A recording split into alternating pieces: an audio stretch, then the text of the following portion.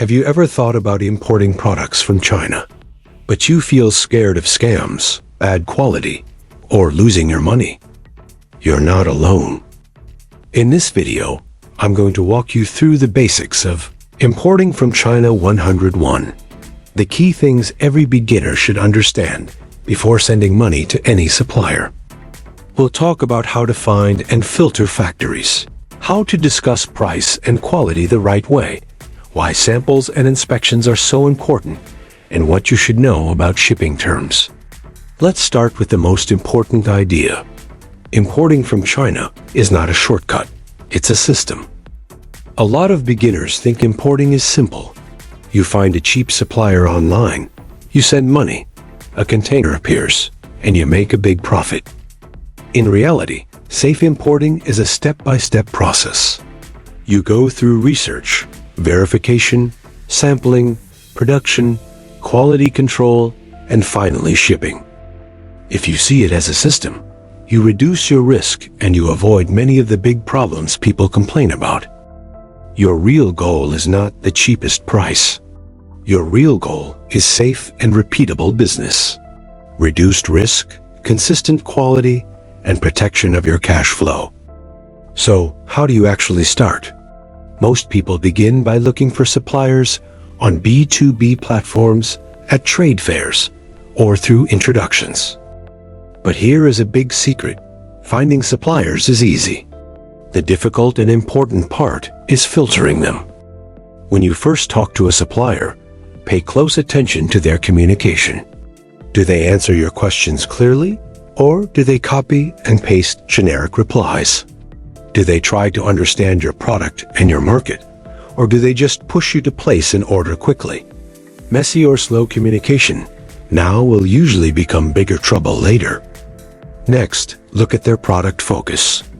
Are they specialized in your kind of product?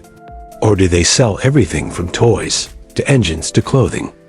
A supplier with focus usually has deeper know-how, better tooling, and more stable quality. Ask basic verification questions. Request their company name, address, website, and some photos or videos of the factory.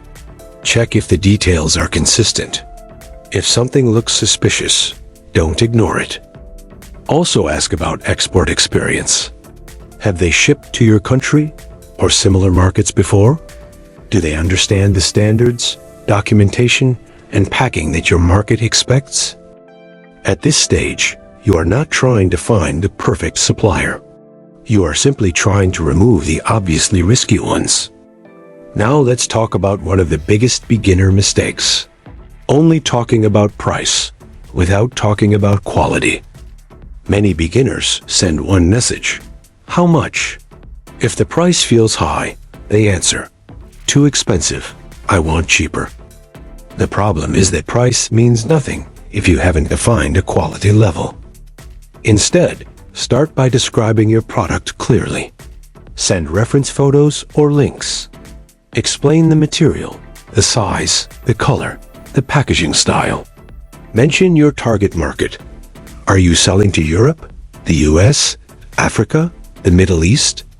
Different markets expect different levels of quality. Then ask the supplier for price options.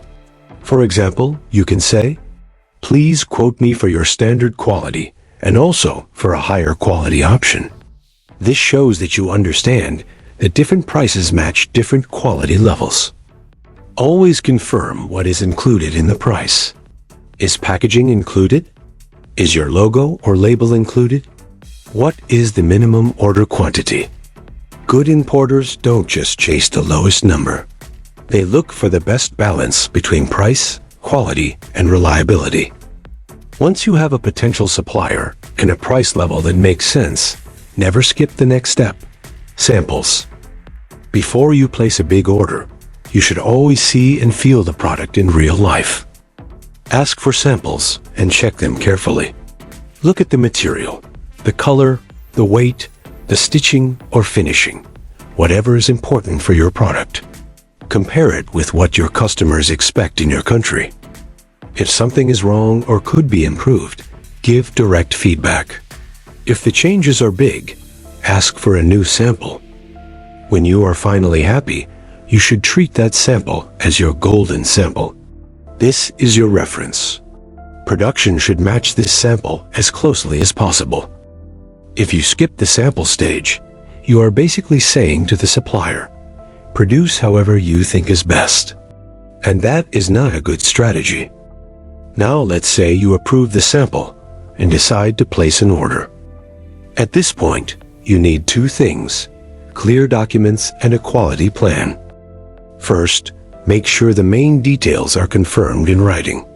That includes product specifications, materials, sizes, colors, packaging, quantity, price, lead time, and payment terms. Do not rely only on chat messages that can be misunderstood or disappear. Second, plan some form of quality control before shipment. This could be done by your own person in China, by a third-party inspection company, or by a trusted sourcing partner who represents you.